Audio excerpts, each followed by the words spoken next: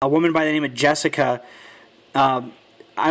Hillary Clinton basically set up a personal email not too long ago, and she got caught breaking the law, pretty much. And all of her emails are deleted, kind of like Louis Lerner, conveniently, with the IRS. And she wrote, and this just came in, I just want to point out the fact that as they sequestered Kent's emails, Hillary Clinton gets her dirty emails deleted. Okay, I just want to. It's just hypocrisy left and right. Yeah. I think it's very. Hang on, I think it's very interesting. They are spending your money to listen to every one of my calls and read every one of my emails and photocopy and read every letter that comes to me and goes out from me. They photocopy it and the envelope. How much money have they spent on copying and listening? How much of your tax dollars have they spent trying to get after me?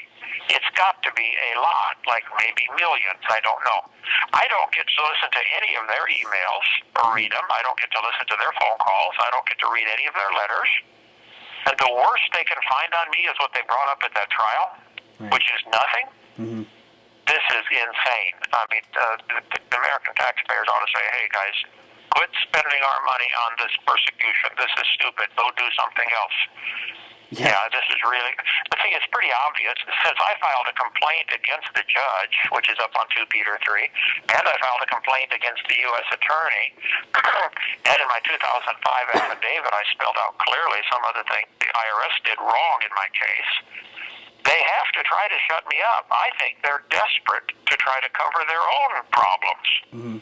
Well, all I have is light and noise. I'm not going to use any lethal weapons on anybody. I'm going to shine the light and make a lot of noise, and if they end up winning and shooting me or putting me in prison for 100 years, okay, that's God's problem.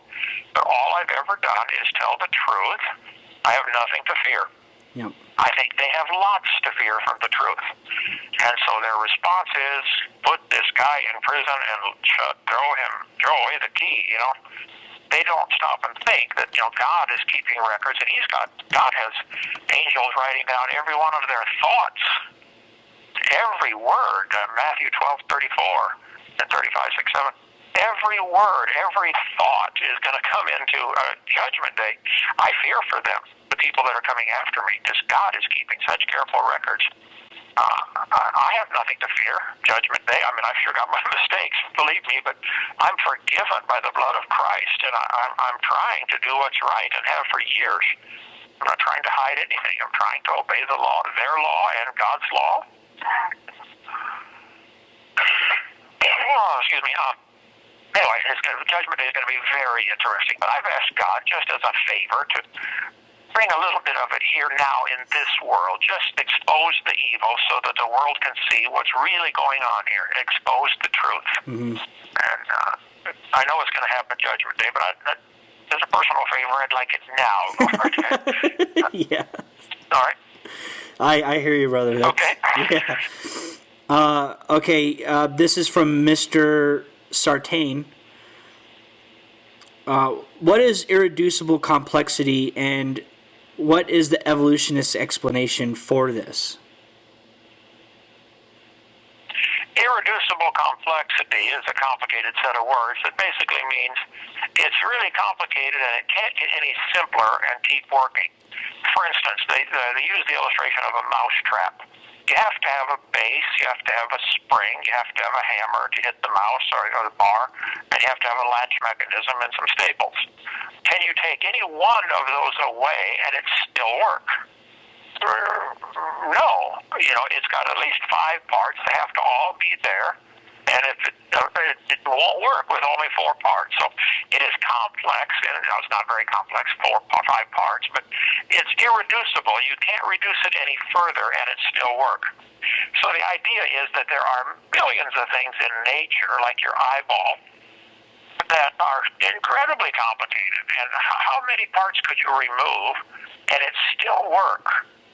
It is irreducibly complicated. It can't be made simpler and still work. Now, there are simpler eyes in nature that only sense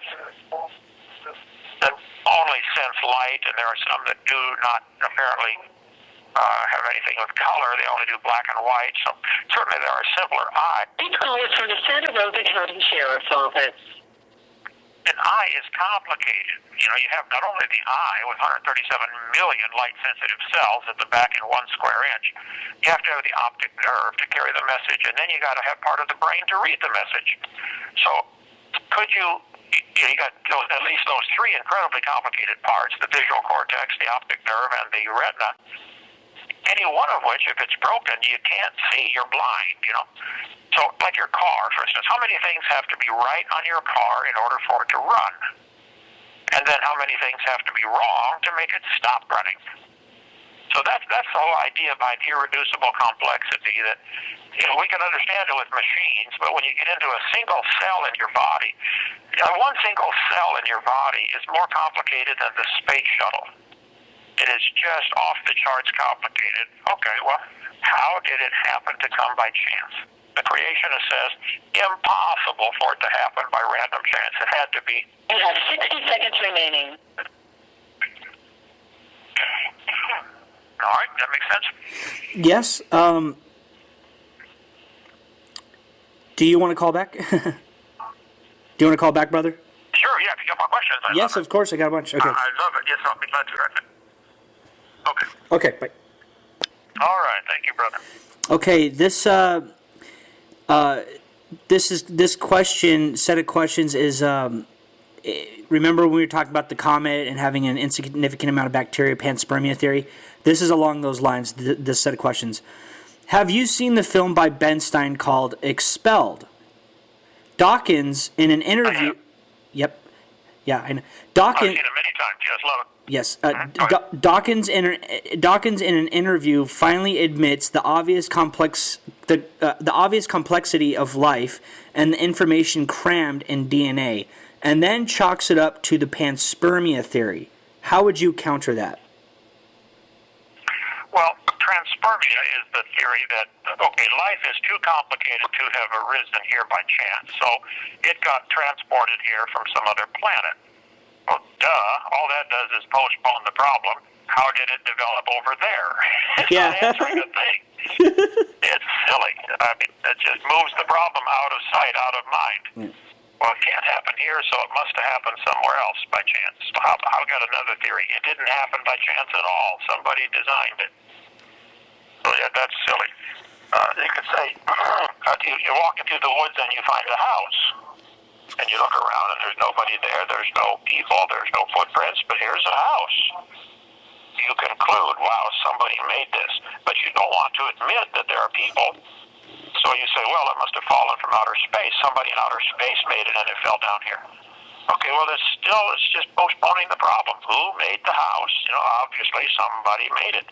But some people, they so badly don't want God to tell them what to do that they deny the obvious. There's a designer. Now, who is the designer? Is it Allah or Buddha or Jehovah? Well, that's a whole different set of arguments. But the first level of comprehension here is there a designer or not? And it's just plain obvious to anybody with one eye and half a brain. Yes, there's a designer. And get used to it. Yeah. Okay.